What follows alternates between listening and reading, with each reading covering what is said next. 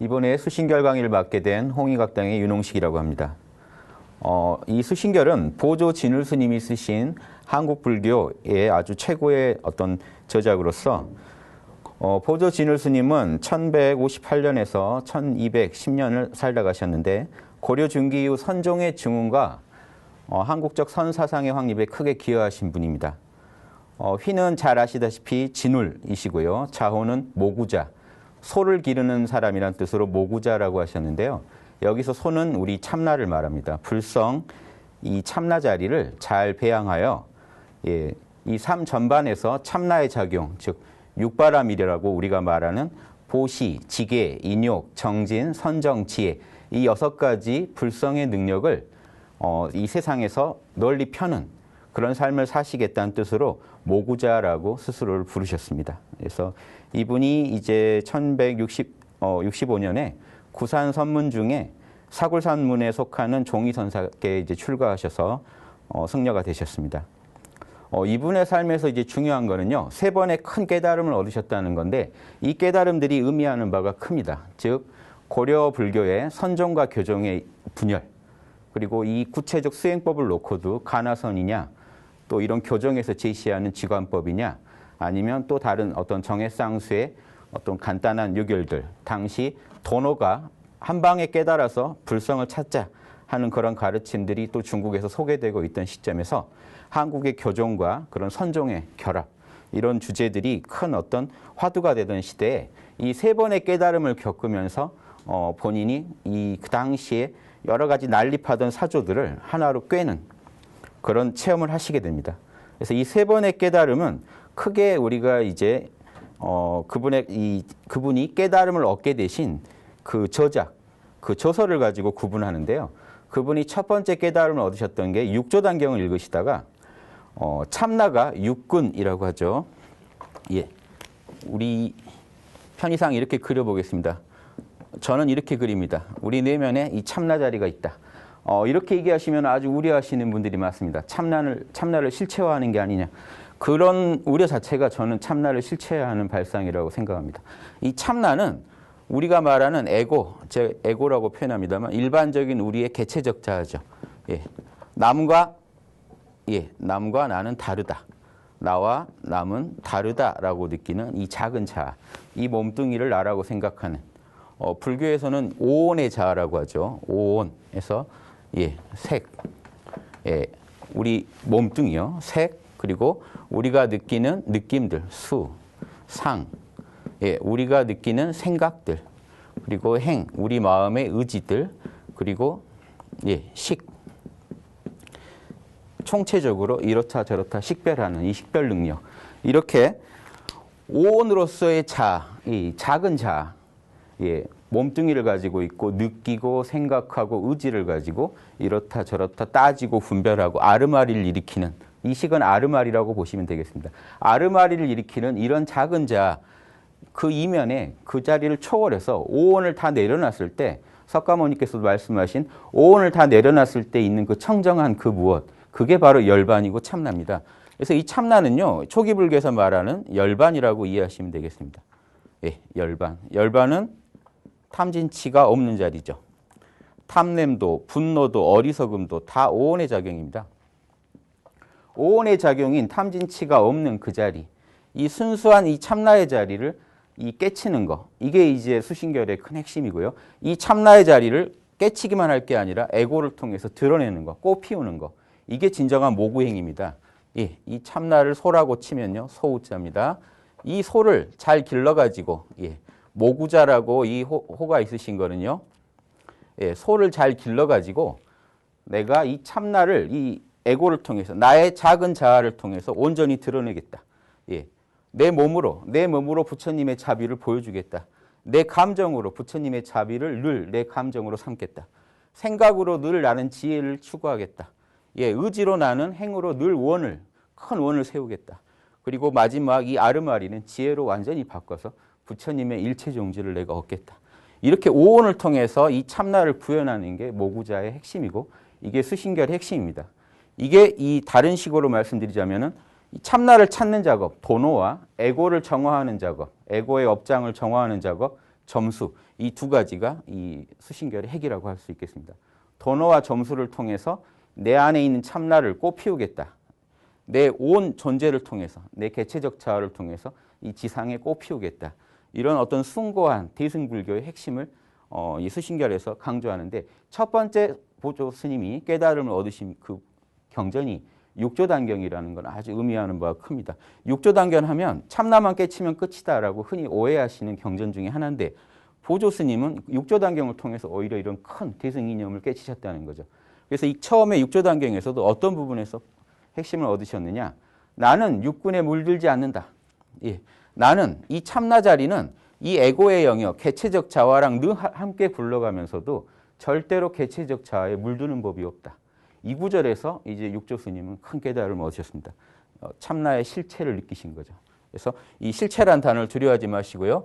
이 색수상행식에 이 나와 남을 다 구분하는 개체적 자아의 핵심이 되는, 이 개체적 자아가 굴러가게 하는 근원적인 이 탐진치를 초월한 자리라고 보시면 됩니다. 탐진치가 없던 자리죠. 예, 그래서 자, 이런 열반을 그러면 뭐라고 표현하는 게 좋은가? 예, 이 참나 자리가 뭐길래 지금 이런 개체적 자아 너머에서 늘 함께하며 육군에 물들지 않는다고 하는가? 이 오온의 영역이 또 다른 식으로 표현하면 육군의 영역이죠. 예, 육군이라고 하면 안이 비설 신의, 우리의 보고 듣고 말하고 냄새 맡고 이 만져보고 하는 그런 작용들 아닙니까? 그래서 이 육군과 함께 구르면서도, 이 에고의 작용인 육군과 함께 구르면서도 참나는 별도로 존재한다. 그게 뭐겠습니까? 우리가 보고 듣고, 예, 맛보고 냄새 맡고 만져보고, 그리고 생각하고 이 감정을 느끼는 마음의 작용까지, 이 총체적으로 이 오온의 작용을 다른 말로 하면 육군인데요. 육군의 작용을 일으킬 때 그 너머에서 뭐가 우리를 지금 지탱해주고 있는가? 예, 수신결은 바로 그 부분을, 본질을 바로 잡고 시작하는데, 그 부분을 육조단경에서 힌트를 얻으셨다는 겁니다. 깨달음을 얻으셨는데 그게 뭐냐? 육조단경에서 이 참나를 뭐라고 설명하냐면요. 예, 정해자리라고 설명합니다. 자, 여기에 힌트가 있는데요. 텅 비어 고요하면서 늘 지혜롭더라. 또랑또랑 알아차리고 있더라는 겁니다. 알아차림. 예. 이게 보조 스님이 육조단경에서 깨달으신 겁니다. 예. 육조 스님이 강조하신 자성은 본래 고요하고 본래 지혜롭다. 예. 우리가 인위적으로 만드는 게 아니라 본래 고요하고 본래 지혜롭다는 것을, 예, 육조 스님은 강조하고 계신데, 이 자리 본래 고요하고 본래 지혜롭기 때문에 우리의 생각, 감정, 오감의 모든 작용들의 바탕이 되는, 예. 생각하려면 생각해 보십시오. 여러분이 생각하시려면 생각하기 전에 이미 고요하고 알아차리고 있는 나라는 존재가 있어야 합니다. 이때 나는 남과 나를 구분하는 내가 아니라 이 순수한 알아차림으로서의 존재가 있어야 합니다. 알아차림이 없다면 우리는 생각을 일으킬 수가 없습니다. 또 울고 웃고 감정을 일으킬 수도 없고, 우리가 말하고 행동하고 보고 느끼는 오감의 작용도 할 수가 없습니다. 여러분이 평생을 살아오시면서 불변하면서 우리 안에서 고요하게 알아차리고 있는 그 자리가 있다는 걸 지금 바로 직관하실 수 있다면 육조 스님이 말씀하신 그 핵심도 알 수 있고, 보조 스님이 육조단경에서 뭘 깨쳤는지도 알 수 있습니다. 그래서 어렵게 접근하지 마시고요. 이걸 견성이라고 하는데, 견성을 어렵게 접근하지 마시기 바랍니다. 우리의 자성, 고요하고 알아차리고 있는, 고요하면서도 또랑또랑한 우리의 본질을, 불변하는 우리의 본질을 그대로 깨치는 거다. 이미 존재하는 그 자리를 아는 거다. 이렇게 아시면 되겠습니다. 이 육조단경은 이제 선불교의 핵심 경전인데요. 그러면 선종의 이 교과서에서만 깨치신 게 아니고, 이분이 한 번 더 깨치심을 얻은데, 두 번째 깨달음을 얻으실 때는 화엄경을 읽으시다가 화엄경의 열애 출현품에서 열애의 지혜는 일체 중생에게 모두 완벽하게 갖추어져 있다. 지금 이 순간 곧장 돌아보기만 하라 하는 이런 가르침에서, 아, 교종과 선종이 핵심이 다르지 않구나 하는 놀라운 또 통각을 얻으십니다. 그래서 교종이라고 해서 부처님의 말씀에만 집착하고, 선종이라고 해서 부처님의 마음을 더욱 잘하는 게 아니라 이 두 개가 하나로 돌아가는구나. 교는 부처님의 말씀이고 선은 부처님의 마음이라 결국 둘이 하나구나 하는 이런 가르침, 어떤 핵심을 얻게 되고요. 이때 얻은 핵심이 바로 열애의 지혜는 우리한테 이미 온전하다 하는 겁니다. 여러분도 이걸 받아들이실 수 있을지, 이게 제가 이제 궁금해하는 부분이고 또 스신교를 통해서 제가 말씀드리고 싶은 부분도 이겁니다. 보조 진울 스님이 지금부터 약 1000년 전에 얻으셨던 이 가르침 핵심이 지금 여러분의 내면에 부처님하고 똑같은 그런 지혜가 갖춰져 있다 하는 겁니다. 여러분도 이미 뭐가 진리인지 뭐가 답인지 다 알고 있는 그런 위대한 불성을 갖추고 있다. 빨리 돌아보시기만 하면 지금 곧장 돌아보시기만 하면 여러분의 내면의 불성을 만나실 수 있을 겁니다. 예. 보조스님 얘기를 더 하면요. 여기서 이제 멈추지 않으시고 실천적으로 이 정해결사 운동을 벌이시면서 선정과 지혜를 함께 닦아서 고요함과 또랑또랑을 함께 닦아서 자, 우리 내면은 고요하고 또랑또랑한 게 핵심이니까 이 정해를 결사하자, 정해를 닦자 하는 결사 운동을 일으키십니다. 그래서 많은 이 동지들과 함께 이 도를 닦으시면서 이 참나를 에고의 세계에 드러내는 이런 가르침을 닦으시는데 그러시다가 또 대의 오록에서 큰 깨달음을 얻으시는데요. 대의 선사는 화두선의 창시자입니다. 그래서 지금 가나선을 한다고 하면서 대의 오록을 제대로 안 보면은 또 이 가나선에 대한 오해가 생기죠. 그래서 대의 오록을 그 당시에도 보조스님도 가나선이 이미 들어와 있었기 때문에 가나선의 핵심 바이블로서 열심히 이제 공부를 하십니다. 그러시다가 본인의 현실적인 어떤 한계, 참나를 깨치고 정해 결사를 하면서 얻었던 또 한계들을 거기서 극복하십니다. 어떻게 극복하시냐면 뭔가 이렇게 세속에서 떠난 수행은 답이 아니고 진정한 참나의 어떤 펼침은 승속이 없이 일체 중생이 있는 모든 곳에서 일어나야 한다는 그런 가르침을 이 대오록에서 얻으시는데 구체적으로 대오록에서 진정한 참선은 고요한 거 시끄러운 거 가리는 게 아니다. 그러면서도 고요한 거 시끄러운 것도 버리는 것도 아니다.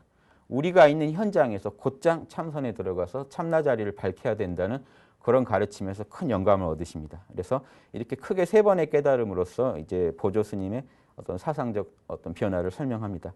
그런데 사실 이게 변화라기보다 결국은 성숙이고 하나로 돌아갑니다. 우리 자성은 본래 고요하고 본래 또랑또랑하게 알아차리기 때문에 우리가 생각을 하나 하더라도 생각이 일어나고 사라지는 걸 알아차리는 자가 참나요. 감정이 울고 웃고 하는 감정이 일어나고 사라지는 자리가 그 자리를 그 알아차리는 자리를 우리가 참나라고 하고 말하고 행동하고 보고 듣고 하는 이 모든 오감의 작용을 이 일어나고 사라지는 것을 알아차리는 자리가 참나다. 이렇게 생각하시고 이걸 실제로 깨달으시고 일상에서 생각을 하건 울고 웃건 보고 듣고 말하고 행동을 하건 모든 일을 하실 때 참나의 입장에서 개체적 자의 입장이 아니라 참나의 입장에서 중심에 서서 이 모든 개체적 자를 운용하는 모든 삶의 어떤 그 운행을 감독하실 수 있다면 여러분은 이미 훌륭한 보살이고 이미 모구자십니다. 소를 기르는 분이고 이게 이제 보조 스님이 평생에 걸쳐 추구하셨던 학문입니다. 그래서 이런 학문이 성숙되는 과정에서 육조단경 같은 선서 그리고 화엄경 같은 교종의 큰 경전들이 가르침을 줬다는 거, 영감을 줬다는 거 이건 아주 중요한 부분입니다. 왜냐하면 보조 스님은 당시 고려 불교가 선정과 교종이 나눠져서 분열하고 있는 그런 부분을 극복하고자 하셨기 때문에 참나의 힘으로 당시 고려의 어떤 사상적 갈등을 극복하는 구체적인 모구행을 어떻게 하셨느냐? 선교의 합일로 하신 겁니다. 선정 교정이 본래 하나다라고 나가셨고 이 수행에 있어서도 이 정해쌍수라고 하는 지금 아까 말씀드렸던 선정과 지혜가 본래 참나 자리에서는 하나이기 때문에 사마타 다르고 선정은 요즘 사마타라고 합니다. 부릅니다. 지혜는 원래 인도말이죠. 요즘 이제 와서 유행하게 되는데 이빠사나라고 부르죠. 사마타와 이빠사나가 본래 하나로 돌아간다. 사마타 따로 닦고 이빠사나 따로 닦는 거는 벌써 상에 떨어진 수행이다. 참나 자리에서는 둘이 아니다. 이런 큰 가르침들을 이미 1000년 전에 말씀을 하셨다는 거. 지금 우리가 이 시대에 와가지고 또 사마타부터 닦아야 되나요? 이빠사나부터 닦아야 되나요? 이런 의문을 할 필요가 사실은 없습니다. 그 전에 이미 그걸 수없이 고민했던 큰 어떤 성현들이, 불보살들이 또 조사스님들이 이렇게 가르침을 분명히 주고 계시기 때문에 지금 시대에 와서 문제가 되는 그런 부분에 대해서도 이미 고려 중기 이후 고려 말 그때쯤에 보조 진울 스님에 의해서 훌륭하게 정리가 됐었다는 거 이런 것도 하나 알아두시면 좋겠습니다. 그래서 보조 스님의 이런 핵심 사상을 그러면 이런 깨달음을 통해서 얻은 걸 한번 뭐냐라고 정리를 간단하게 해드리고 이제 수신결 들어갈 텐데요. 간단하게 해드리면 이 그림 하나를 잘 기억하시면 이 안에서 답이 다 나옵니다. 그래서 보조 스님은 결국에 이 텅 비고 또랑또랑한 알아차리는 자리인 우리 참나 자리, 이 자리만 밝히자는 거냐? 이것도 아니었고요. 그럼 우리의 개체적 자아를, 참나를 무시하고 이 개체적 자아가 닦일 수 있다고 보는 거냐? 그것도 아니고요. 이 참나를 곧장 깨치는 방법으로서 도노를 강조합니다. 이제 보조 스님의 사상적 어떤 이제 핵심들을 한번 정리해 보면요. 이 참나를 곧장 깨쳐야 됩니다. 예. 우리의 에고, 오온의 자아는요, 무상하고 고통스럽고, 예, 무아, 내 것이 아니지 않습니까? 이 내 마음대로 되질 않습니다. 이 에고의 세계에서, 그리고 이 업장에, 늘 두터운 업장에 쌓여 있습니다. 예. 그렇기 때문에 이 에고가 가지고 있는 업장을 초월해서 곧장, 이 참나는 업장에 물드는 법이었기 때문에 이 참나를 곧장 깨칠 수가 있다는 겁니다. 그래서 도노라는 거는 업장을 어떤 닦지 않고도, 예, 업장을 그대로 두고도 우리는 사실을 참나를 그대로 직시할 수가 있다는 겁니다. 예, 참나는 업장에 물들지 않으니까요. 그래서 생각, 감정, 오감으로 지은 무수한 습기가 우리 업장으로 저장되는데 생각, 감정, 오감 너머에 있는 그 알아차리는 자는 업이 붙을 수가 없죠. 참나를 곧장 깨치는 도노와 참나를 곧장 깨쳤다 하더라도 우리의 두터운 업장은요, 두 가지로 이루어져 있습니다. 세 개로 나누면 탐진치고, 탐진은 우리의 심리적인 장애물인 아집이 되고요. 치, 어리석음은 무지로서 작용합니다. 무지와 아집, 즉 지적인 업장과 이런 심리적인 업장, 이 두 가지 업장이 우리 에고에 가득 채워져서 우리의 참나가 에고를 통해 발현될 때, 참나는 반드시 에고를 통해서만 발현되는데요. 우리 자아를 통해서, 색수상행식을 통해서, 우리의 육근을 통해서 발현될 때 이 참나의 온전한 발현을 막는 이 업장, 장애로서의 업이 작동한다는 겁니다. 그래서 이 업장을 구체적으로 닦지 않고서는 우리가 공부를 제대로 했다고 할 수가 없죠. 그래서 점수가 나오는 겁니다. 도노는 인과가 없는 세계이기 때문에 곧장 깨칠 수가 있지만 이 점수의 세계는 철저히 인과의 세계 아닙니까? 개체적 자아가 존재한다는 건 이미 현상계고, 현상계적 자아와 절대계적 자아를 구분했을 때 현상계적 자아는 인과법을 존중해 주면서 뿌린 대로 거두는 이 영역이기 때문에 내가 씨앗을 뿌렸으면 그 결과를 반드시 수확해야 되는 영역이거든요. 그래서 올바른 원인을 지어서 올바른 결과를 얻기 위해서 끝없는 점수, 예, 농사를 바로 씨 뿌렸다고 수확할 수 있는 게 아니죠. 씨를 뿌리고 기르고 배양해서 좋은 수확물을 거는 그런 인과의 작용 안에서의 점수, 현상계적인 수행이 필요하고요. 도노는 곧장 절대계로 진입하는, 현상계에 조금도 물들지 않고 곧장 절대계로 진입하는 도노의 수행. 이 두 가지 양날개를 가지고만 우리는 성불할 수 있다. 보살이 될 수 있다. 이런 수신결의 아주 핵심 사상을 이제 정립하시게 됩니다. 그래서 보조 스님은 이 도노 점수의 주장을 수신결을 통해서 강조하셨고요. 수신결에서 이 도노 점수 외에 또 하나 크게 강조되는 게 정의 쌍수 사상입니다. 자, 아까도 말씀드렸지만 사마타 따로 닦고 이빠사나 따로 닦는 게 아니라 내가 사마타 수행을 하면은 몇 시간씩 선정해 들고 하루를 들고 뭐 며칠을 들고 이빠사나는 또 거기랑 겸해서 사마타를 한 뒤에 또 고요할 때 이빠사나를 닦고, 이 방법이 틀린 건 아닙니다. 사마타를 먼저 닦고 고요함을 얻은 뒤에 이거를 지라고도 하죠. 예, 이거를 관이라고도 하는데요. 사마타를 먼저 닦고 관법을 나중에 닦는다. 이게 올바른 순서입니다. 초기 불교일의 올바른 순서인데 보조 스님이 말한 정해쌍수는 의미가 살짝 달라집니다. 육조단경에서 이 아이디어를 얻으신 건데요. 육조 스님이 뭐라고 하시냐면 정해를 찢어서 구분하는 거는 벌써 이제 하근기들이 하는 공부라는 겁니다. 그럼 상근기는 뭘 하느냐? 뭔데 왜 초기 불교에서 말하는 사마타 이파사나를 구분해서 체계적으로 닦아가는 거에 대해서 그렇게 비방할 수가 있는가? 그 근거가 뭐냐면요. 자, 보십시오. 사마타를 따로 닦고 이빠사나를 따로 닦는 거는 우리 에고의 수행입니다.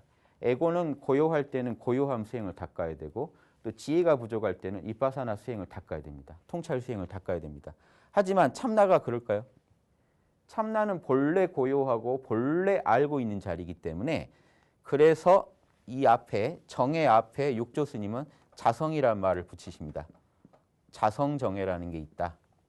우리가 닦아서 하는 정해, 사마타 이빠사나 말고 우리 참나자리는 본래 사마타고 본래 이빠사나다.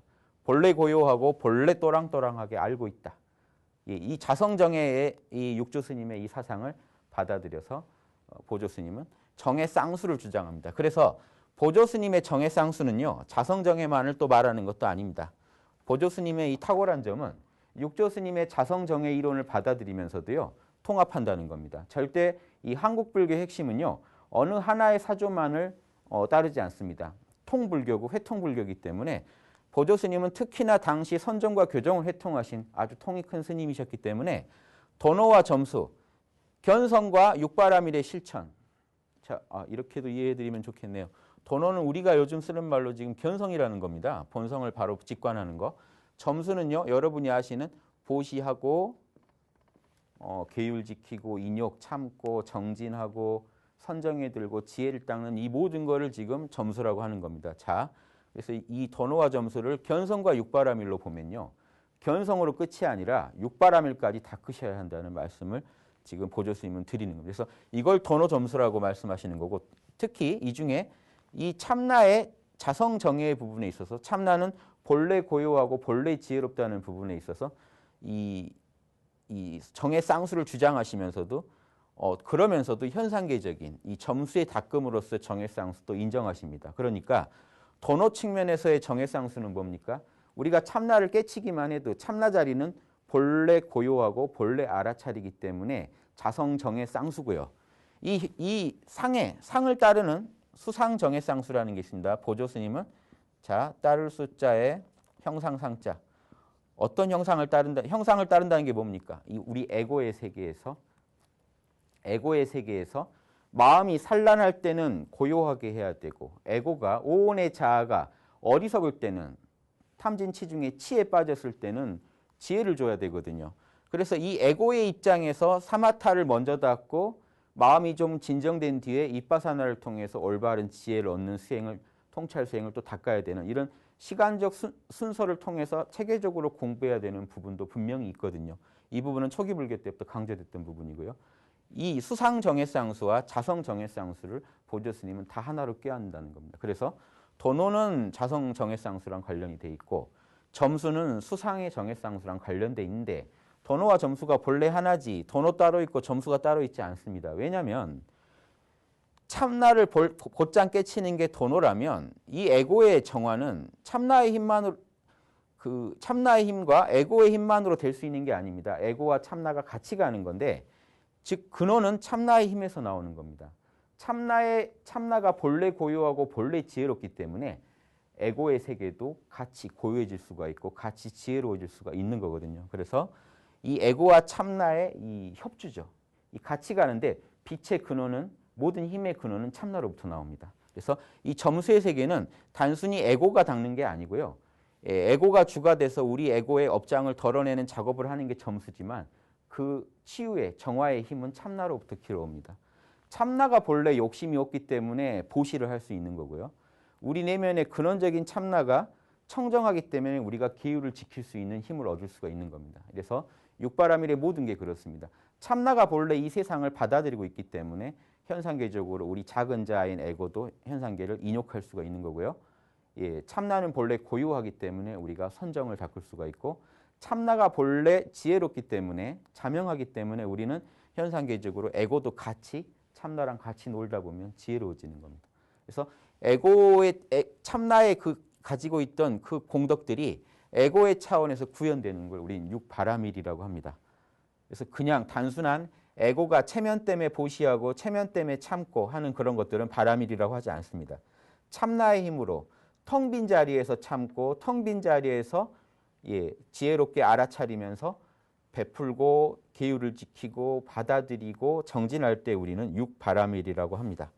도노점수와 정해쌍수가 어떻게 연결된다는 거 말씀드렸고요.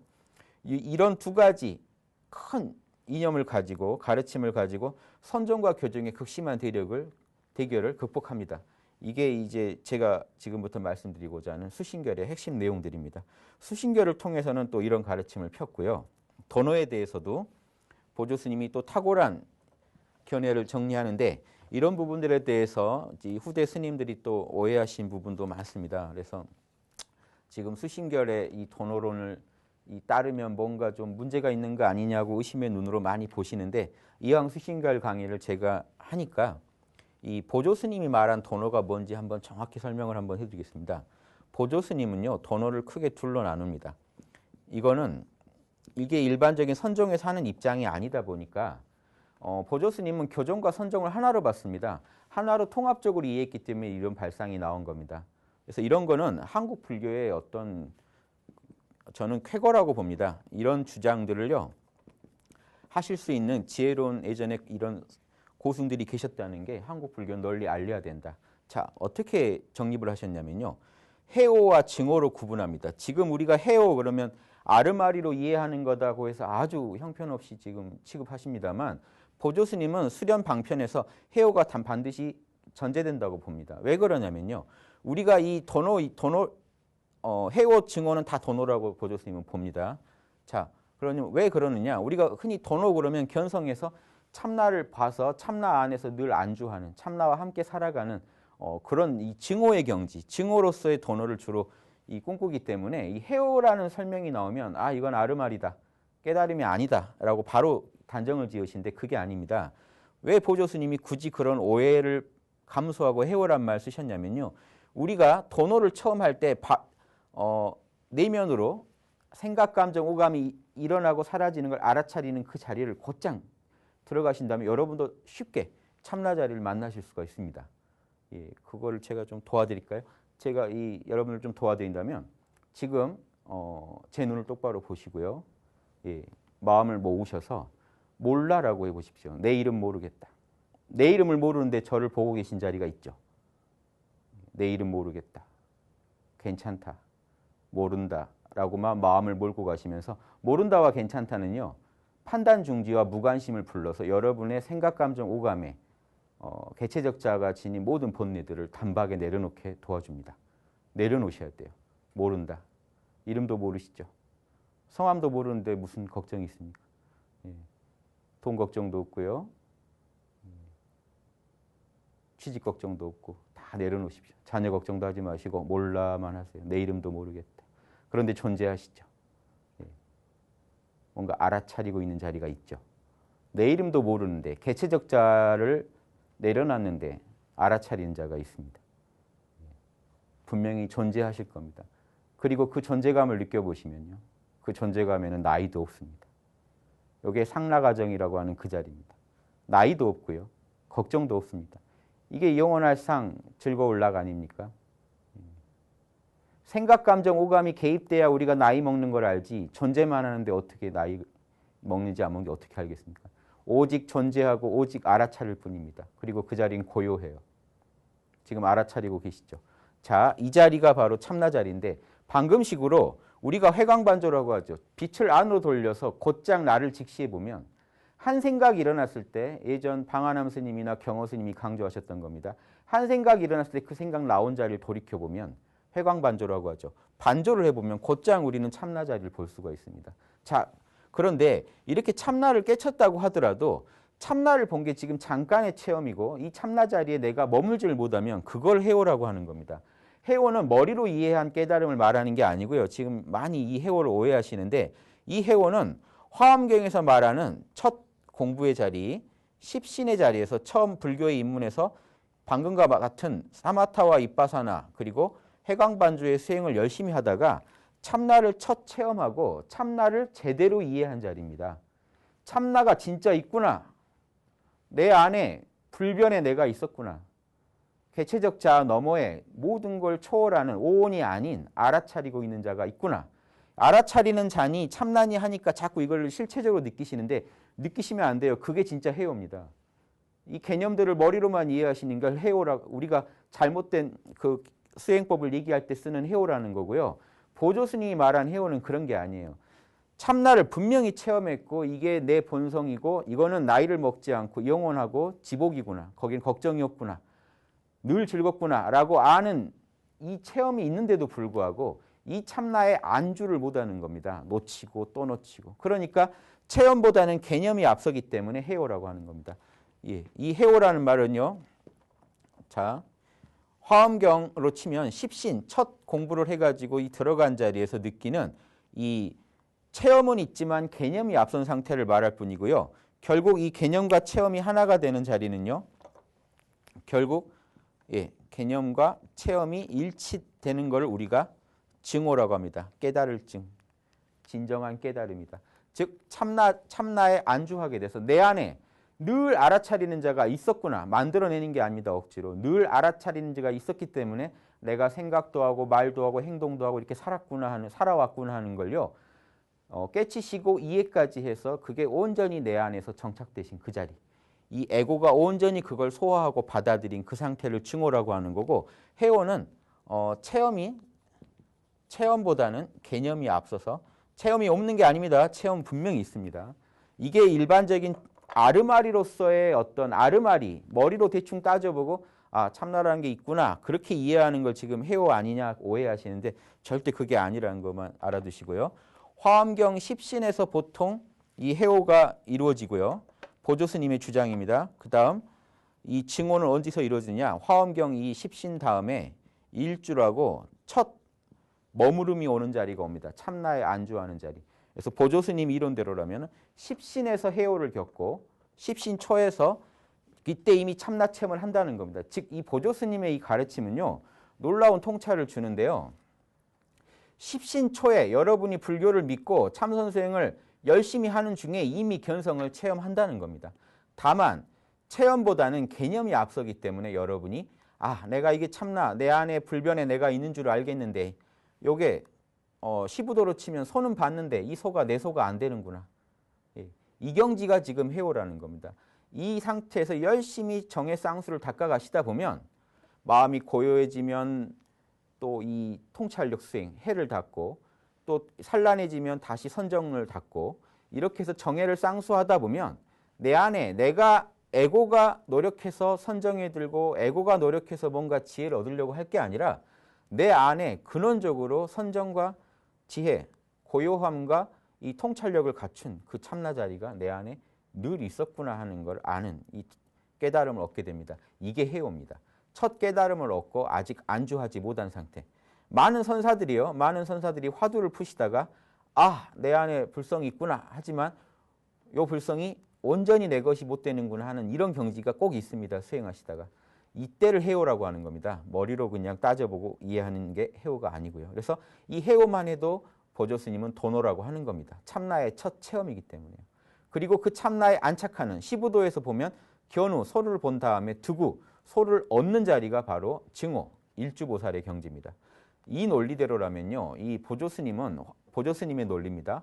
화엄경과 이 화엄경의 체계와 육조단경의 체계를 하나로 통합하시는 겁니다. 즉 어떻게 통합했냐면요.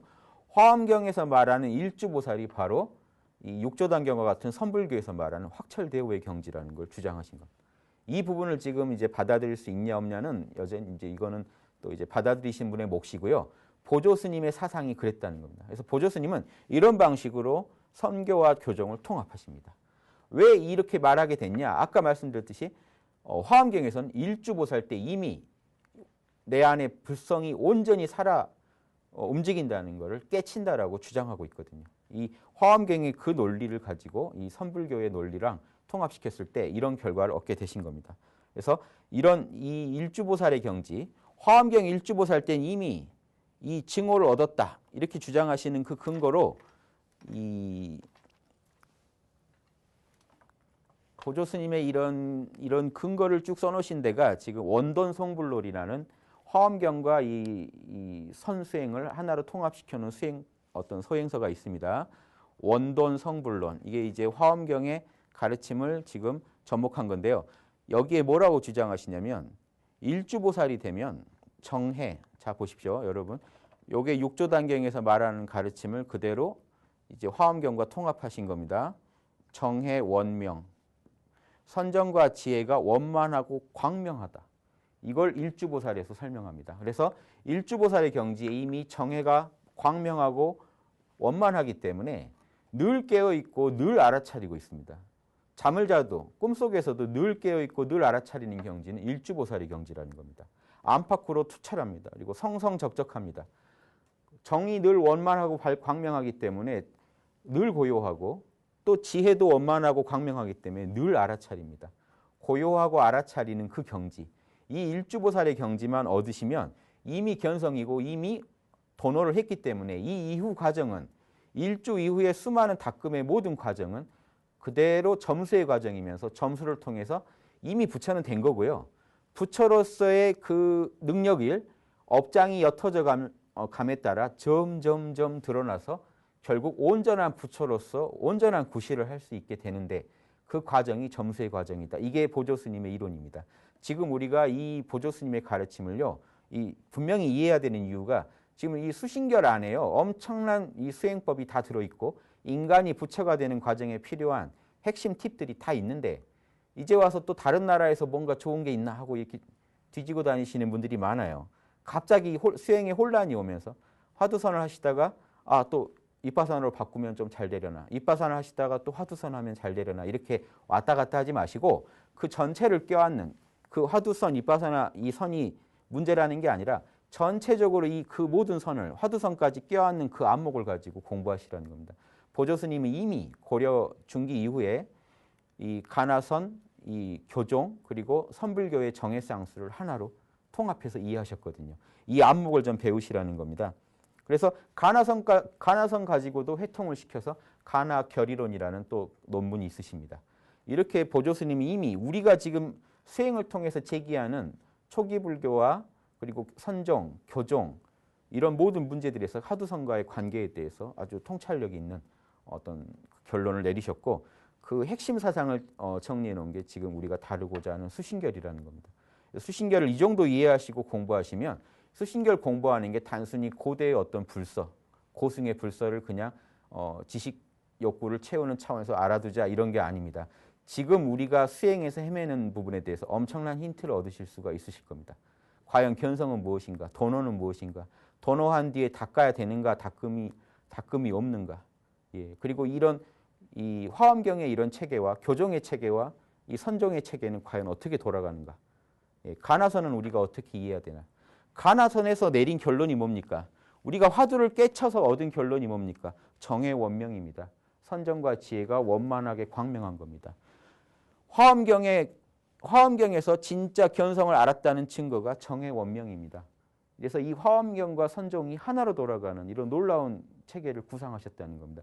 이거를 지금 어떤 가나선의 입장이나 어느 특정 어떤 종파의 입장에서 좀 자기들 입장에 맞지 않다 해서 이렇게 치우친 어떤 의견으로 보실 필요가 없고 오히려 지금 이 해온이 증온이 하는 수련 체계를 현대적으로 잘 활용하시면 엄청난 수행의 진보가 있으실 겁니다.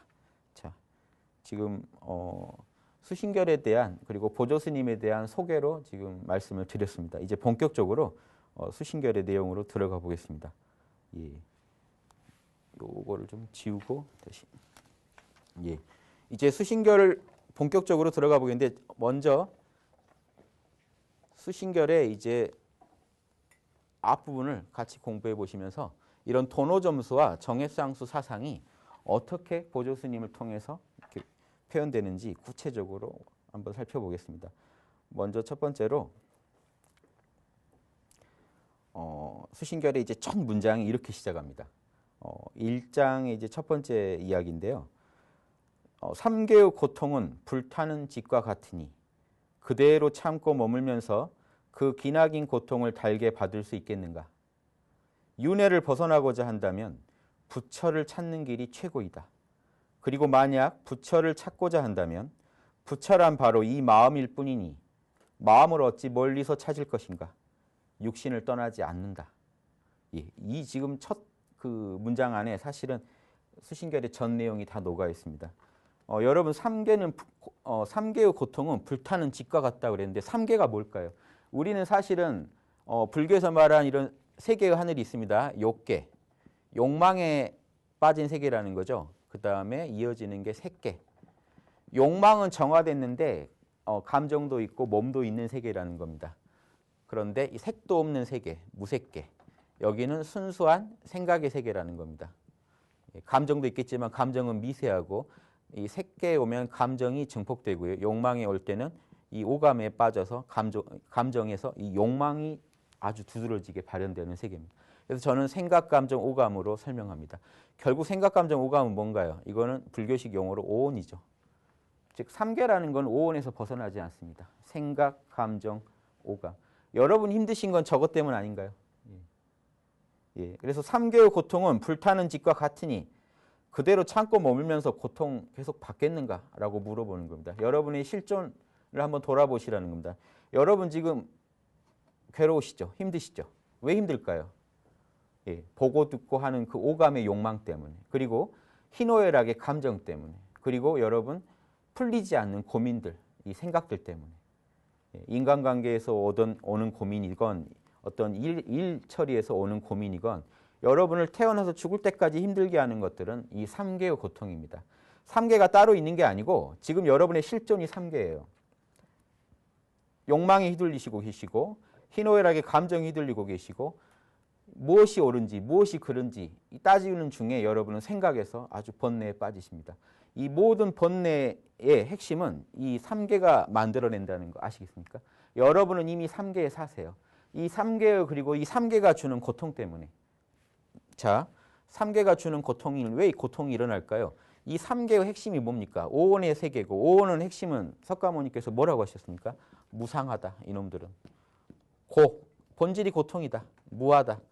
자, 근데 따져보면요, 이 친구들이 무상한 건 사실인데 생각, 감정, 오감이 일어나고 사라지고 끝없이 변하기 때문에 무상한 건 사실인데 즐거울 때도 있거든요.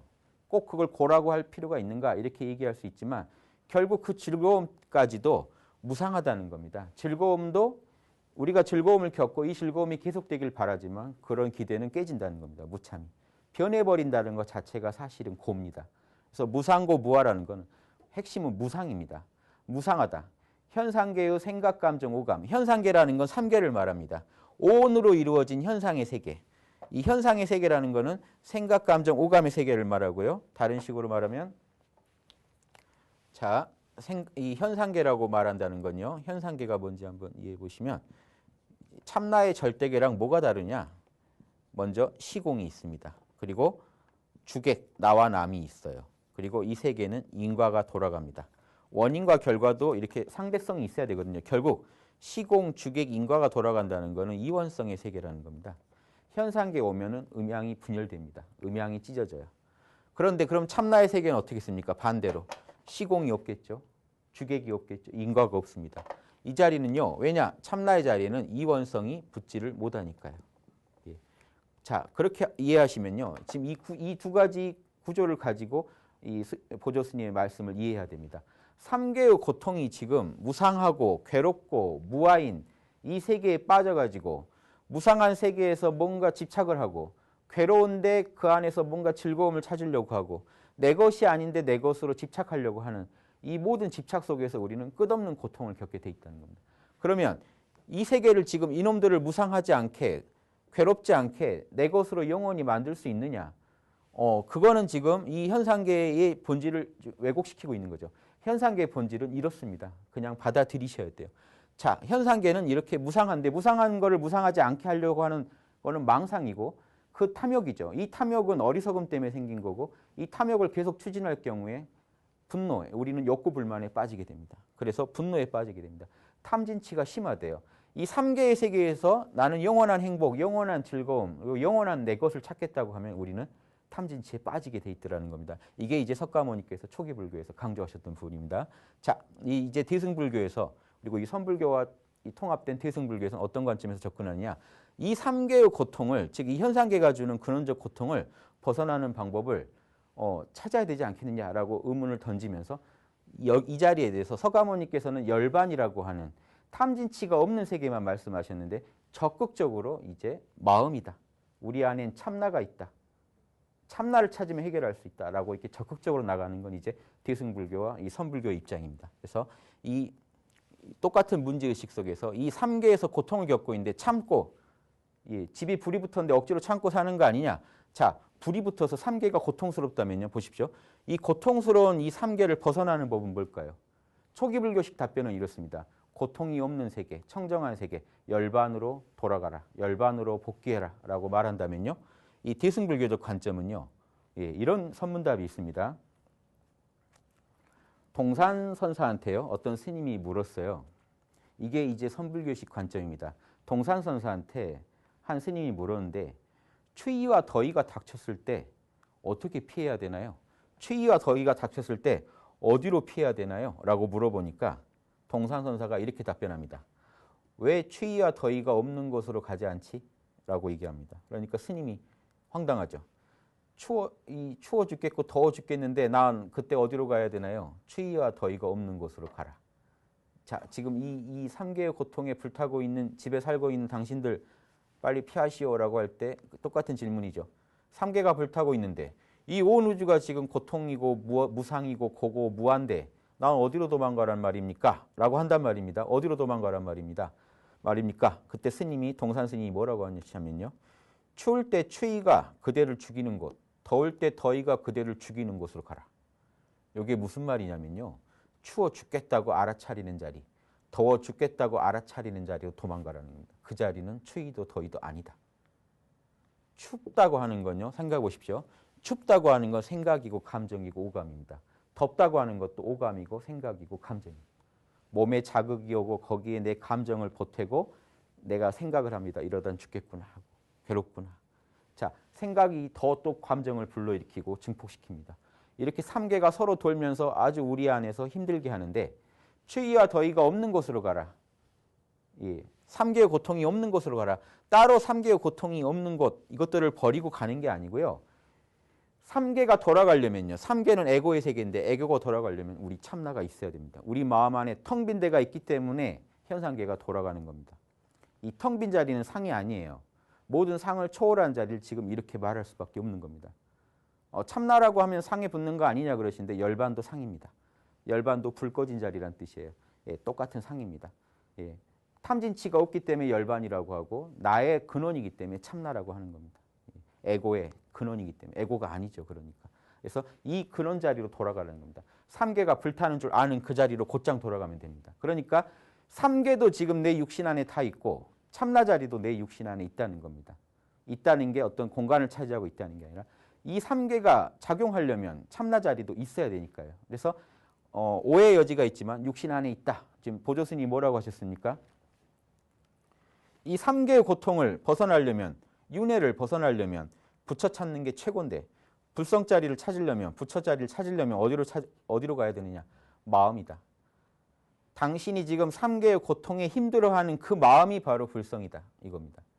자, 생각, 감정, 오감 때문에 힘든 겁니다. 생각, 감정, 오감 때문에 힘드는 줄 아는 자리가 바로 부처 자리라는 겁니다. 예. 그러니까 멀리서 찾을 필요가 없죠.